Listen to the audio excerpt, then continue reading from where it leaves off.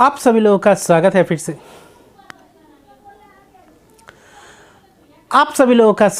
से। एक बार इधर क्रिक जोन में। आशा करता हूँ आप सभी लोग सही सलामत होंगे। तो चलिए शुरू करते हैं आज का वीडियो, जो कि आज बहुत ही रोमांचक भरा मुकाबला था और ख़ास तौर पे वेस्ट इंडीज़ के लिए सबसे ज़्यादा महत्वपूर्ण ये मुकाबला इसलिए था क्योंकि अगर ये मुकाबला हारते तो ये मुकाबला तो दूर की बात है, इस ICC cricket world cup qualifier में बाकी के 2 मैचेस के लिए और कोई ही मौका नहीं था वर्ल्ड कप के लिए क्वालिफाई करने के लिए। तो इसलिए मुकाबला जीतना बहुत ही महत्वपूर्ण था स्कॉटलैंड के विरुद्ध, और ये हराने में मुकाबला हुआ। हालांकि स्कॉटलैंड ने टॉस जीता और वेस्ट इंडीज़ को जैसे शुरुआत चाहिए थी, बिल्कुल विपरीत शुरुआत रही, क्योंकि शुरुआत में ही झटके पे झटके लगते रहे।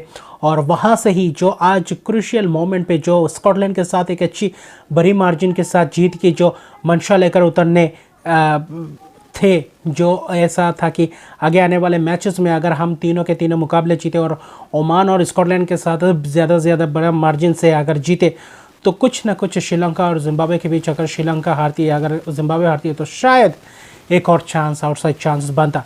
लेकिन आज जो शुरुआत रहा बिल्कुल ही एकदम निराशाजनक शुरुआत रहा। ख़ास तौर पे देखें तो वेस्ट इंडीज़ की, जहाँ पे ब्रेंडन किंग और जॉनसन चार्ल्स 0 ही रन बना पाए और पहले 16 रन पे ही 9 रन पे ही पहला विकेट गिर गया था। और मैकमोलन की शानदार गेंदबाजी, जो ब्रेंडन मैकमोलन है, क्यूबा खिलाड़ी है जो स्कॉटलैंड के लिए डेब्यू किया है, ज़्यादा मैचेस भी नहीं खेले, 13-14 मैचेस ही खेले होंगे। और इस वक्त जो आज चाहिए था इस मुकाबले में वो स्कॉटलैंड के पक्ष में गया, जो स्कॉटलैंड को एक आउटसाइड चांस वाला मौका चाहिए था, आज स्कॉटलैंड की तरफ गया। जहाँ पे शुरुआत की बात है वहाँ पे वेस्ट इंडीज़ को एकदम से बिखेर दिया है स्कॉटिश गेंदबाजों ने, जहाँ पे मैकमोलन ने पावर प्ले के अंदर ही अगर आप देखें तो 3 विकेट चटका गए। और ख़ास तौर पे मैकमोलन की क्या विकेट टू विकेट गेंदबाजी थी, और क्या खूबसूरत वहाँ पे चार्ल्स कैच दे बैठे, वही शमारा ब्रुक्स आए और वही एज लगा वहाँ पे, और वही शुरुआत में अगर आप देखें तो ताबड़तोड़ अंदाज से खेलने की कोशिश की, लेकिन ज़्यादा तेज़ी पकड़ने की कोशिश की, लेकिन वहाँ पे विकेट गंवाते गए। शमारा ब्रुक्स 0, जॉनसन 4-0, ब्रेंडन किंग ने थोड़ी बहुत सूझबूझ वाली पारी खेली थी। अगर आप देखें तो शे होप के साथ, कप्तान के साथ मिलकर, लेकिन वो भी नाकाम रहे, उतना पार्टनरशिप्स बिल्डअप नहीं हुए और 30 रन पे करीबन 4 विकेट गंवा गए थे। पावर प्ले में ज़्यादा रन बटोर नहीं पाए। काइल मेयर्स भी अच्छी थोड़ा बहुत लय में तो आज लगे थे, लेकिन वहीं पे ब्रेंडन किंग जब विकेट अपना गंवाए उसके बाद काइल मेयर्स को क्या खूबसूरत अंदाज से वो गेंद के अंदर आते हुए गेंद पे और शॉर्ट पिच उससे पहले किया था, जहाँ पे चौका जरा था, और अगले ही गेंद पे लैंक बॉल किया था, और वहाँ उसी पोजीशन में खेलते रहे और वैसे शॉर्ट पिच गेंद की तरह शॉट लगाने को देखे और वहाँ पे बीट हो गए और अच्छी तरीके से बहुत ही खूबसूरत अंदाज से जाके विकेट पे लगा। और ऐसे ही विकेट्स सॉफ्ट डिसमिसल्स रहे। ब्रेंडन किंग का भी वैसे ही कीपर के हाथों दे बैठे।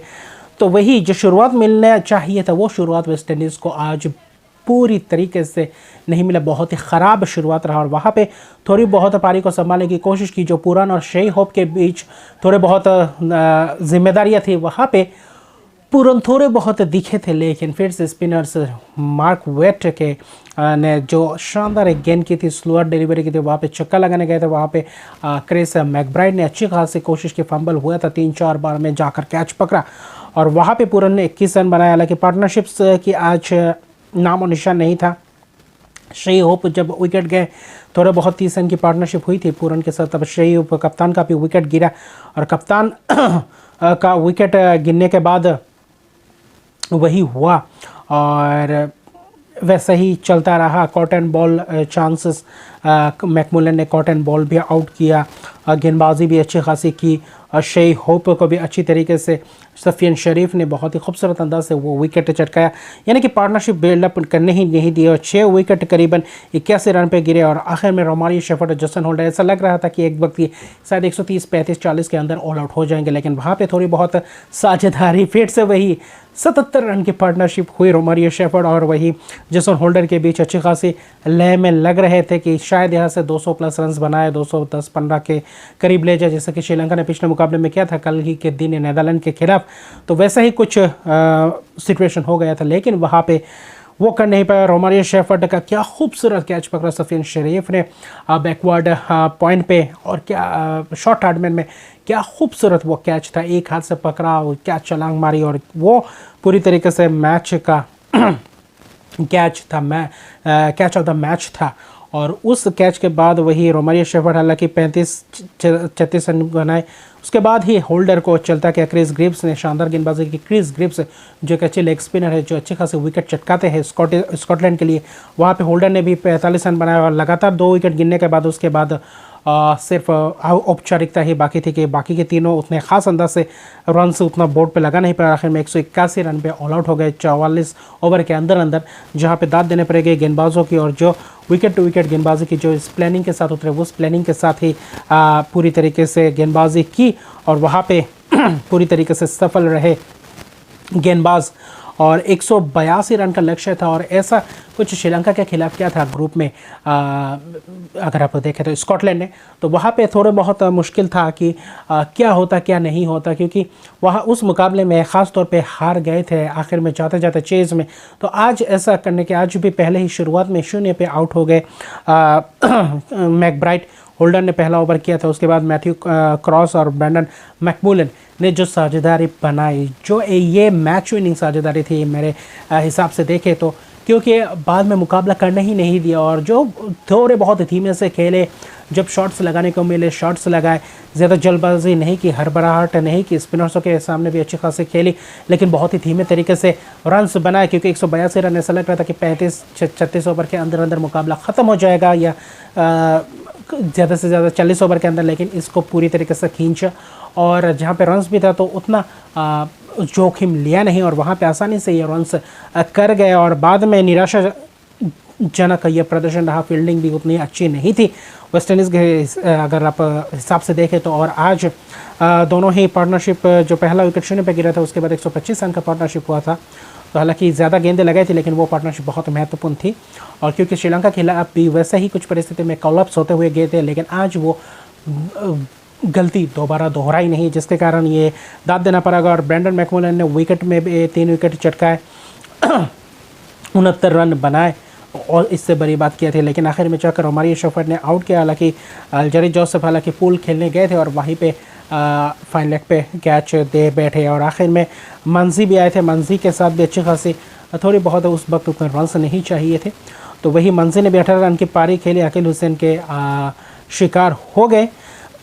तो आखिर में वही रिवर्स स्वीप खेलने गए थे और वहीं पे कैच दे बैठे, लेकिन मैथ्यू क्रॉस आखिर में नाबाद है, 74 रन की पारी खेली। इस टूर्नामेंट में, इस आईसीसी क्रिकेट वर्ल्ड कप की क्वालिफायर में मैथ्यू क्रॉस से ये अच्छी अर्शद की पारी आई, जो एक अच्छी बात है। आगे आने वाले 2 मैचेस, जो ये बड़ा मैच था खास तौर पे स्कॉटलैंड के हिसाब से देखें तो, क्योंकि वेस्ट इंडीज़ के खिलाफ सुपर 6 में पहला मुकाबला अगर आप 2 अंक अर्जित कर जाते तो आपके पास मौका है। अगर अगले 2 मुकाबले कहीं अनहोनी घट गई, जिम्बाब्वे को अगर हरा गए स्कॉटलैंड, तो आखिर में नीदरलैंड के खिलाफ भी है, और बाकी मैचेस पे निर्भर रहेगा। कल जो एक और मुकाबला है, ज़बरदस्त मुकाबला होगा कल। दोनों ज़बरदस्त टीमें, दो पूरी तरीके से रेड हॉट फॉर्म में टीमें खेलेंगे कल दोनों ही मैच, और कल के मैच। और वहीं पे अगर आप देखें तो ब्रैंडन मैकमुलन ने 69 रन की पारी के लिए, जो 3 विकेट के साथ अच्छी आज ज़बरदस्त परफॉर्मेंस रहा।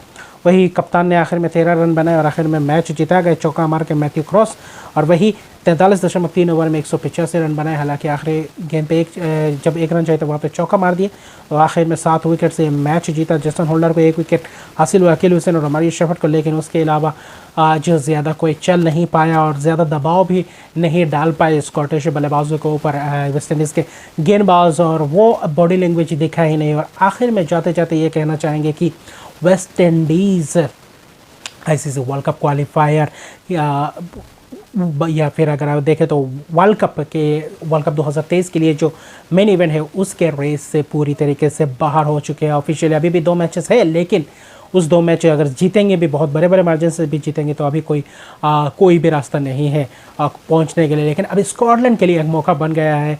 अगर कल जिम्बाब्वे श्रीलंका में से खास तौर पे देखें तो, अगर जिम्बाब्वे श्रीलंका को हरा देती है, कल ये बड़ा मैच है हालांकि देखें तो, अगर कल जिम्बाब्वे श्रीलंका को हरा देती है और फिर स्कॉटलैंड अपना अगला 2 मुकाबला जीत जाती है तो कुछ भी हो सकता है, या फिर वेस्ट इंडीज़ अगर श्रीलंका को हरा दे तो कुछ भी हो सकता है। और अभी रोमांच बना है, स्कॉटलैंड अभी भी रेस में है, अभी भी जिम्बाब्वे और श्रीलंका क्वालिफाई नहीं किए, लेकिन कल हमको पहला क्वालिफायर 1 मिल जाएगा कि श्रीलंका होंगे या जिम्बाब्वे, क्योंकि कल दोनों में से कोई एक टीम जीतेगा और जीत के साथ ही अपना स्पॉट सुनिश्चित कर लेगा वर्ल्ड कप 2023 जो अक्टूबर नवंबर में खेला जाने वाला भारत में।